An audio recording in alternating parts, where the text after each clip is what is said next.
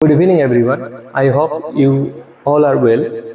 तो आज हम एनसीईआरटी के 11 का मैथ बुक शुरू करने वाले हैं, जिसमें से 14 चैप्टर हैं। उसमें से पहला चैप्टर आता है सेट, जो आज हम शुरू करने वाले हैं। तो सब लोगों ने एक बात बहुत कॉमनली घर में सुना होगा कि हमारे सबके घर में एक डिनर सेट होता है। उसे सेट क्यों कहा जाता है? पहली ये क्वेश्चन है, क्योंकि वो एक कलेक्शन है उस चीज़ों का जो हमें डिनर करने में बहुत हेल्प करता है।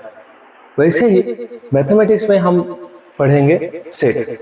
इसका नाम आपने सुना होगा, नहीं सुना होगा तो भी चलेगा, क्योंकि आज हम सुनने वाले हैं। तो इस सेट क्या होता है? अगर हम एक सेट के डेफिनेशन को देखें तो ये होता है a well defined collection of objects। Set का डेफिनेशन है a well defined collection of objects. पहली बात तो ये है, ये एक कलेक्शन है जो मैं आप लोगों को बता चुका हूं। फिर आता है एक इंपॉर्टेंट कीवर्ड जो है वेल डिफाइंड। हमें इसका मतलब समझना पड़ेगा। अगर मैं आप लोगों को कहूं कि आप जाइए आपके क्लास में लंबे बच्चों का सेट बनाइए, लंबे बच्चों का कलेक्शन बनाइए, तो आप कंफ्यूज हो जाएंगे, क्योंकि जिसका हाइट 5 फीट है उसके लिए 6 फीट हाइट वाला बंदा लंबा है, जिसका हाइट 4 फीट है उसके लिए 5 फीट हाइट वाला बंदा लंबा है। तो हम लंबा किसको कहें? वैसे ही अगर मैं आप लोगों को बोलूं कि आप जाइए आपके इलाके में, आपके एरिया में जितनी भी सुंदर लड़की हैं उनका एक सेट बनाइए, तो आप नहीं बना पाएंगे, क्योंकि हम किस क्राइटेरिया को मेजर करें जिसको हम सुंदर बोल सकें। तो ऐसे ही वो जो हम सेट बनाने जा रहे हैं, जो कलेक्शन बनाने जा रहे हैं, उसके बारे में हमारा क्लियर आइडिया नहीं है। तो वो इसको हम बोल सकते हैं कि वो वेल डिफाइंड नहीं है। वेल डिफाइंड मतलब क्या है? अगर मैं आपको बोलूं कि आप जाइए आपके क्लास में 5 फीट से ज़्यादा हाइट वाले लड़कों का आप एक कलेक्शन बनाइए, एक सेट बनाइए, तो तुरंत से आप जाएंगे, आप जाकर 5 फीट वाले हाइट से ज़्यादा हाइट जिसका है उन लोगों का कलेक्शन बना लेंगे, वो एक सेट हो जाएगा। तो ऐसे ही एक collection, A set is a collection which is must be well defined. अगर उसका कंडीशन, उसका क्राइटेरिया वेल डिफाइंड नहीं होगा तो वो कलेक्शन हम सेट नहीं बोल सकते। ठीक है? तो इसके बाद हम आते हैं कि ये सेट को कैसे डिनोट किया जाता है। एक सेट को हम डिनोट करते हैं कैपिटल लेटर से, कैपिटल अल्फाबेट से, ए बी सी डी, ऐसे कैपिटल अल्फाबेट से, कैपिटल लेटर से हम सेट को डिनोट करते हैं। और उसके एलिमेंट्स को डिनोट किया जाता है स्मॉल लेटर से, जैसे कि A B, small x, y, z, ऐसे स्मॉल लेटर, ऐसे एक सेट के एलिमेंट को डिनोट किया जाता है। तो उसके बाद हम आते हैं कि हमारे कुछ नॉन सेट्स हैं, उनको कैसे डिनोट किया जाता है। जैसे कि हम पढ़े हैं रियल नंबर के बारे में। रियल नंबर को डिनोट किया जाता है कैपिटल आर द्वारा। जैसे ही नेचुरल नंबर को डिनोट किया जाता है कैपिटल एन द्वारा। इंटीजर्स को डिनोट किया जाता है कैपिटल जेड द्वारा। रेशनल नंबर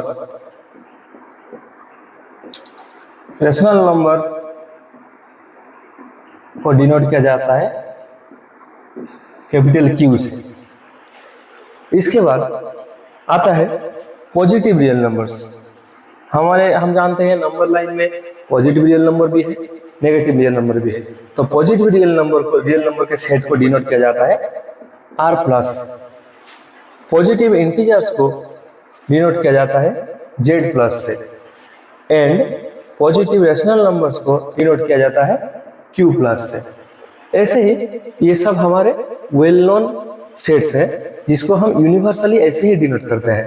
अब कहीं भी जाइए, जहां भी जाइए मैथमेटिक्स में ये सब सेट को ऐसे ही डिनोट किया जाता है।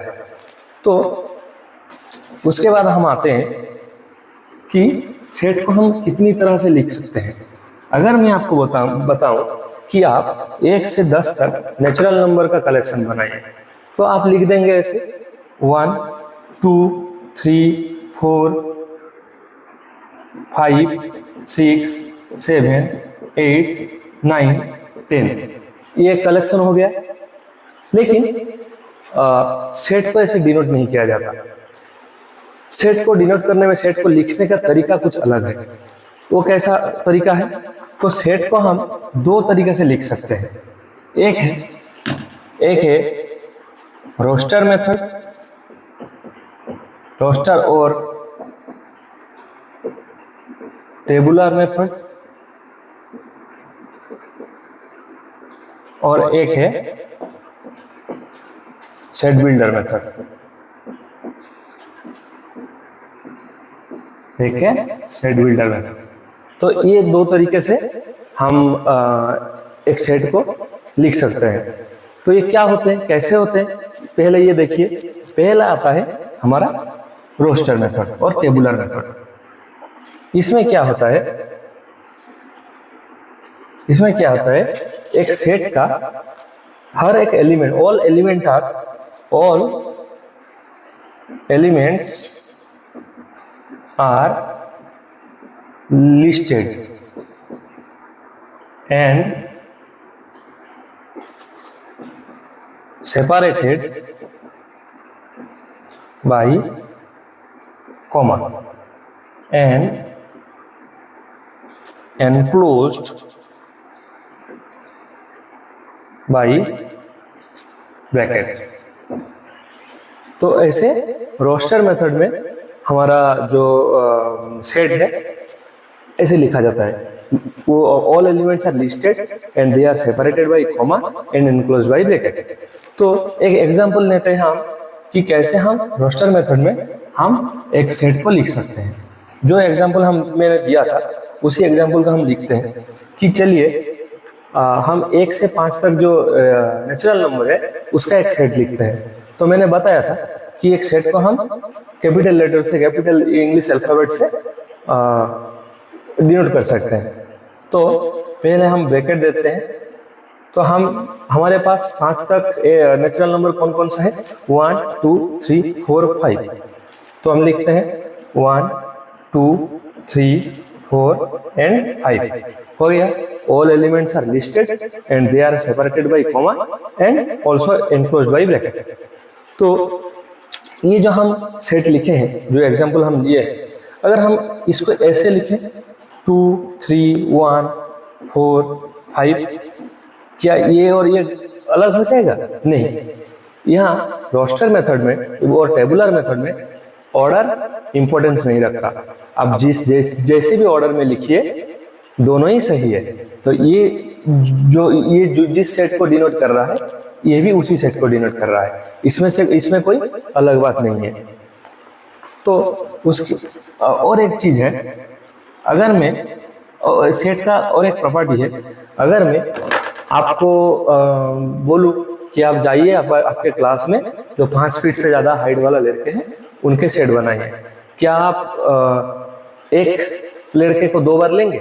नहीं ना। इसीलिए सेट कभी, अगर हम किसी सेट को रोस्टर मेथड में लिखे तो कोई भी वर्ड और कोई भी लेटर डबल नहीं लिखा जाएगा। जैसे कि मैं अगर बोलूं कि राइट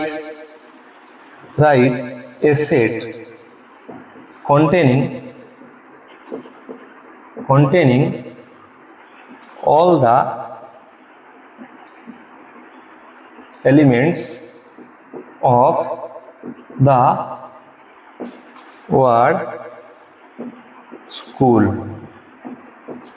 तो ये सेट कैसे लिखा जाएगा? ये सेट को हम लिख सकते हैं, अगर हम इस सेट को ए से डिनोट करें और इसमें से क्या क्या लेटर आता है? S C H O L. यहाँ 2 ओ था लेकिन हम लोगों ने एक ही ओ लिखा है, तो क्योंकि ये जो सेट लिखा है हम उसमें से कोई भी एलिमेंट रिपीटेड नहीं होगा, तो सेट का एक प्रॉपर्टी हम लिख सकते हैं कि all elements of a set are distinct.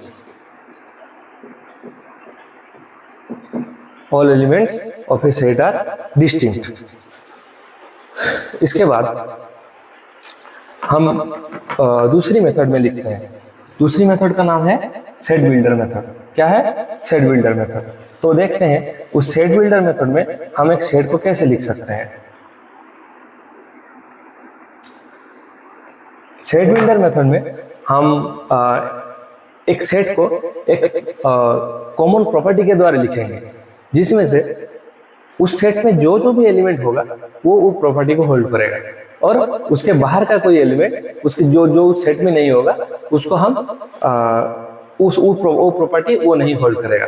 तो जो एग्जांपल मैंने दिया था पहले कि 5 तक हम नेचुरल नंबर के सेट बनाएंगे, तो हमने लिखा था a = 1 2 3 4 5।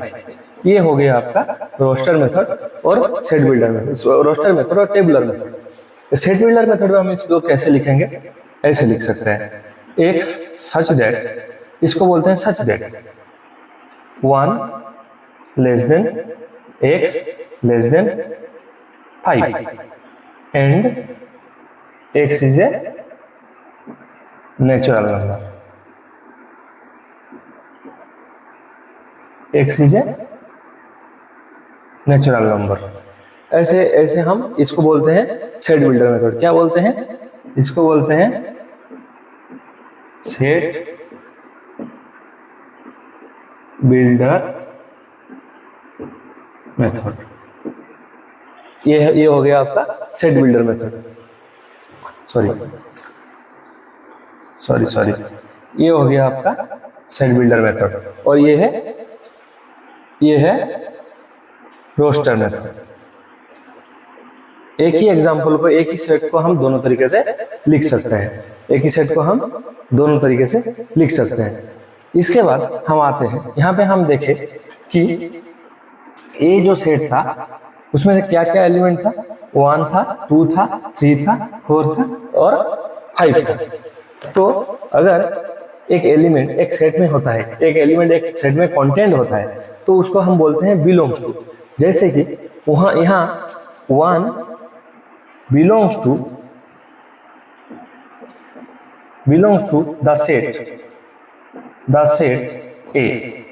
तो ये हो गया, यहाँ हो गया 1 belongs to the set A। तो इसे हम सिंबॉलिकली लिख सकते हैं 1 belongs to A। ये हो गया belongs to। इसको हम पढ़ेंगे, क्या पढ़ेंगे? belongs to। लेकिन हम वहां देखें कि ए सेट में 6 जो नंबर है 6 वो नहीं था, तो बोलेंगे 6 does not belong to A। इसका मतलब है 6 ऐसे लिखेंगे 6 does not belong to A। तो हो गया ये। अगर 1 belongs to को कैसे लिखा जाता है? ऐसे, और does not belong to को ऐसे लिखा जाता है। ये यूनिवर्सल है। कहीं भी जाओ, कहीं भी आप दुनिया में कहीं भी जाओ, कहीं भी सेट का पढ़ाई करो तो ये सब यूज होता है। ये था हमारा आज का फर्स्ट पार्ट। इसके बाद हम नेक्स्ट वीडियो में कुछ एग्जाम्पल करेंगे। अगर आपको अच्छा लगा तो आप लाइक, शेयर एंड सब्सक्राइब कर दीजिए।